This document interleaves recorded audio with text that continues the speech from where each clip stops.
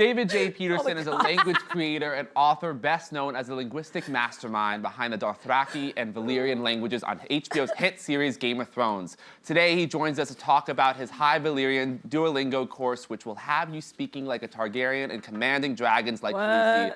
Everyone, please give a warm welcome to David J. Peterson. Woo!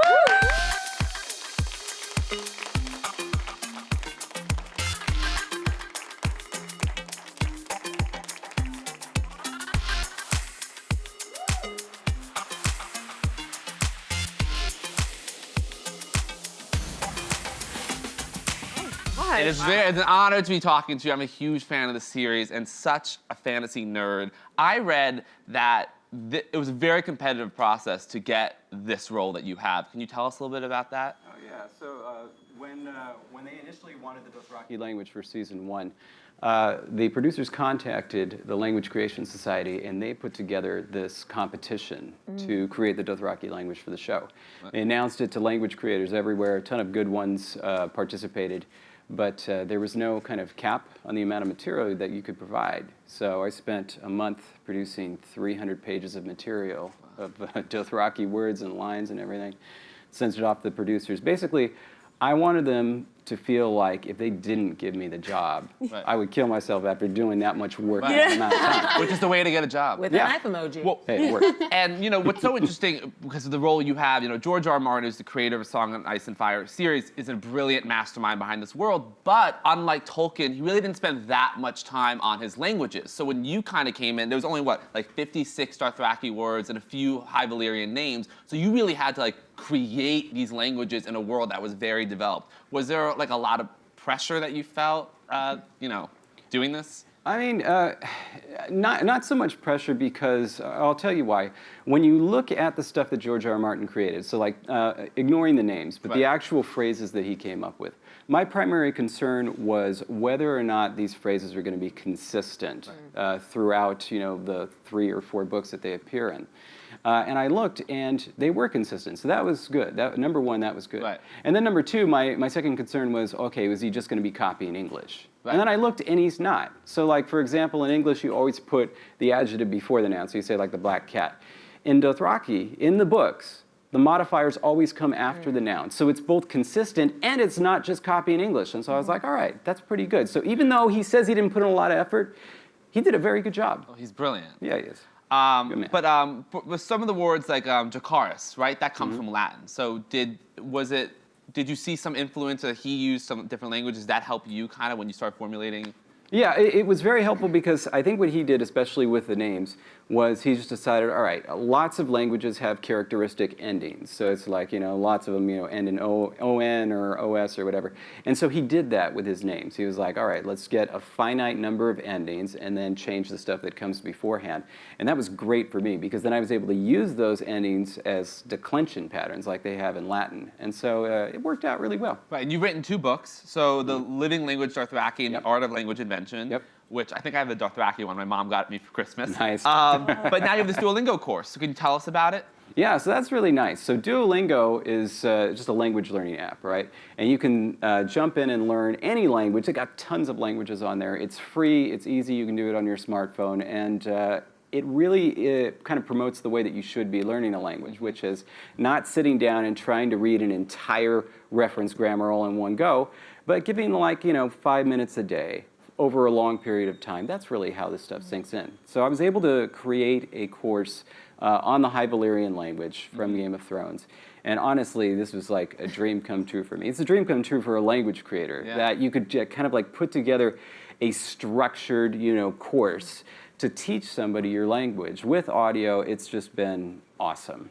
And it originally launched in 2017, but you just added some new things to it. So what were some of those additions? Okay, so we've got new skills now. It's so funny. For people that have been taking the course and familiar with it so far, it's suddenly going to get a lot harder. But that happens, as you learn a language. I mean, you get to the hard stuff later, right? And then also, I had the ability to add audio, which I didn't have before. So now I'm going through and adding audio to all the courses. It's up through, I think, 2/3 of the skills, and it's going to get to the rest of them really for the rest of this month. Right, Yeah. and what's the difference between High Valyrian and low normal Valyrian? Yeah, so it's interesting. In the books, right, the way that the characters themselves talk about the Valyrian language.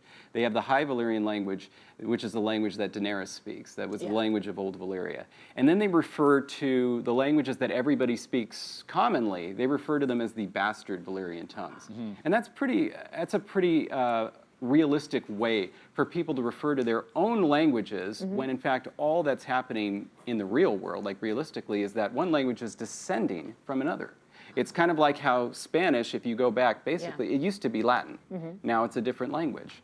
In the earliest stages, people said, well, we're just speaking bad Latin, and it wasn't true. It was a different language. So the Low Valyrian language, Astapori Valyrian, that's the one that you hear on the show in Slaver's Bay. So guys like Krasni's and Hizdar, those guys speak a different language that's descended from Valyrian. So you did Dothraki and High Valyrian, but you also created a whole nother third language for Game of Thrones for the Giant, right? And that was a brief, Yes, right? I Just did. like one phrase. Okay. So where did that come from? So listen, when they pitched that to me, they said, as they were talking about, so we're going to need a language for the Giants. And they said, but there's not a lot of dialogue. When they said that, I thought it was Hollywood speak for they were trying to lowball me. And so I was like, no, if I'm going to create a full language, I'm going to go through and create the full language. Then I learned it was literally for one line. I was like, okay, maybe I didn't need to do that for one line. Come on, you could be straight with me. Tell me that it was one line, but that's all right. So the Giants have a full language sitting there. Well, who knows? They are doing the prequel, right? So And maybe they'll incorporate that in. Yeah, and there could be a Giant spin-off. You never know. I would watch We love that. Wu Moon. We want to know more about his family. I agree. It could be a like it'll soap come opera to of you. sorts, the Yeah. Giant soap opera. I'll tune in. So I'm interested in your background in language creation, because A, how does somebody even start doing that? And then B, like, what's it like to get a legitimate opportunity like this, and what are you doing before it? Yeah, so I had been creating languages for about 10 years prior to the Game of Thrones opportunity coming up.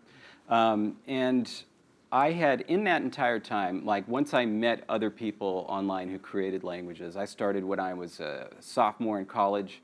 And because a lot of us independently invented the idea of creating a language, many of us did back then, I thought it was just the best thing in the world. I was a very cocksure young man. And so I was like, well, of course this is the best thing. I thought of it. And then like I met other language creators online, right?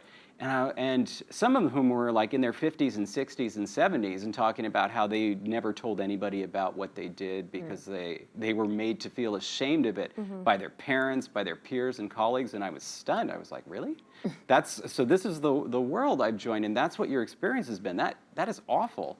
And so because of that, we really thought we were never ever going to get an opportunity like this. And then basically it just happened. Literally it was like that. One day it will never happen. The next day it suddenly happens. And so like when I was the one who won that competition, I wanted to make sure that I put in my best effort, to honor the community that I came from and show exactly what we learned. That's really cool. Well, I spoke gibberish in like second grade. I made up a was language good. with my friends in the third grade. So what Yeah. you're saying is cool. I mean, I think a lot of people have that imagination, and you just have to sort of encourage it. Yeah, and that's the thing. Now that people kind of know what it is, like when you start doing that as a kid, maybe you'll keep doing Yeah. it. But because like a lot of people do it as kids, but then just drop it because nobody really knows what it is you're doing, and they think it's weird.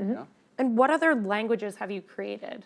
And are you like, do they just like sit in a book somewhere? Or are you trying to do something with them? Like, do you pursue bringing them somewhere? This is the 21st century. They sit on the cloud. But yeah, so Game of Thrones was my first show. Before that, I had created like, I think 17 languages, and they were just for myself. And yeah, they were just on my computer. Since Game of Thrones, I've been contacted by over 70 other productions. And I've done a little over 20 of them. So I've been on shows like Defiance on Sci-Fi, still working on The 100 on the CW, which is coming back April 30th. I've got a couple of new shows coming out this month that I don't think I can talk about till they actually come out. And the latest big project I'm working on is the Dune film. Yeah. That's awesome. I'd be so concerned about keeping them all straight in my head. I'm like, I could barely decipher like English from Spanish. Yeah. It's a struggle. So like, what's your process like when you have to start a whole new language from scratch? Like I feel like I would get in the trap of like repeating myself, and I'd be like, yeah, bang, yeah, that's the word for bread, and I'd be like, that's Spanish. I know, I'm just repeating myself. So like, what do you do to keep it fresh? Well, especially for the sound of a language, it's not just like as you might think of it, the letters or the sounds, the collection of sounds. That's not actually just what makes a language sound different. If you think about a language like Hawaiian, pretty much all of the sounds of Hawaiian are found in English. But of course, the language sounds very different because it's not just the letters, it's how they're put together. And so that's really a nice trick, to be able to basically arrange the sounds into different syllables, arrange the syllables in different ways, and it gives it a really unique sound. And then, like, in terms of the grammar, there's really kind of, it's a huge, but almost a finite number of ways that languages can vary. So it's kind of like with adjectives and nouns. If your language is going to have adjectives and nouns, the adjective can come first or it can come second. So that's one choice. And whichever choice you make, it's going to be like thousands of other languages. But then you add that to another choice and another choice and another choice, and pretty soon you've got something unique. Yeah. Wow. Would you create an app where we can create our own languages, or would that be like giving away your power? Because I would love to download that app where I could be like, now I'll choose this thing, and that'd be awesome. Honestly, I would tell you, I would love for software like that to exist. Yeah. I mean, I think all of us in the language creation community would. I mean, we're just using things like Word, you know? Yeah. I mean, just repurposing stuff for our own purposes. But if we actually had like a suite that could keep track of like all our noun declensions and verb conjugations and be modifiable and worked on your phone and desktop, that would just be gorgeous. So, you know. So cool. Yeah, and such a huge market. I know it would just make millions if you want to make that software. Yeah, I'll start on it now. I know nothing about computers. Really quick, back to Game of Thrones, I'm curious, were you on set helping Emilia Clarke and Jason Momoa and all these actors learn the language? Not once. Not once? I mean, I went to the season. I'm sorry. I went to the set this past season. Okay. That was my first That's time. cool. But but the day I was there, they weren't shooting anything in any of the other languages. It depends. Like with all the shows and stuff I've worked on, I've had every experience. Like one where I only communicate with one person ever, and another where I'm on set every day. Like for Bright on Netflix, I was on set every single day. I worked with all of the actors starting 2 months before it. And it was a great experience. Of course, the difference was that shot right in Los Angeles, and I live in Orange County, so it was only like 30 minutes away. Well, between 30 minutes away and 3 hours away, Right, depending just on depending on the day, right? Yeah. Time of day. Well, before you go, we have some phrases we would love for you to translate for us. Is that cool? Yeah. All right, in High Valyrian. Yes. The first one is, okay, ladies, now let's get in formation. Okay, so the way this works, so first you want to just talk to the ladies, so it's abris, all right? Abris. Abris. Okay, now this is a really tough one, but I mean, you chose it, all right? Yeah, I asked for it. So, kogrossi. Kogrossi. Okay, and that first sound, it's not a ka, it's a ka. Kogrossi. Further back. So abris kogrossi, and then gemelle, that's yourselves. Yeah, all right. So gemelle verdatas. So say it all together. Okay. Abris kogrossi gemelle verdatas. There you go. Yeah. Come on, guys. It was like Washington Arias. I'll just do the hand movements while you do that. Right on.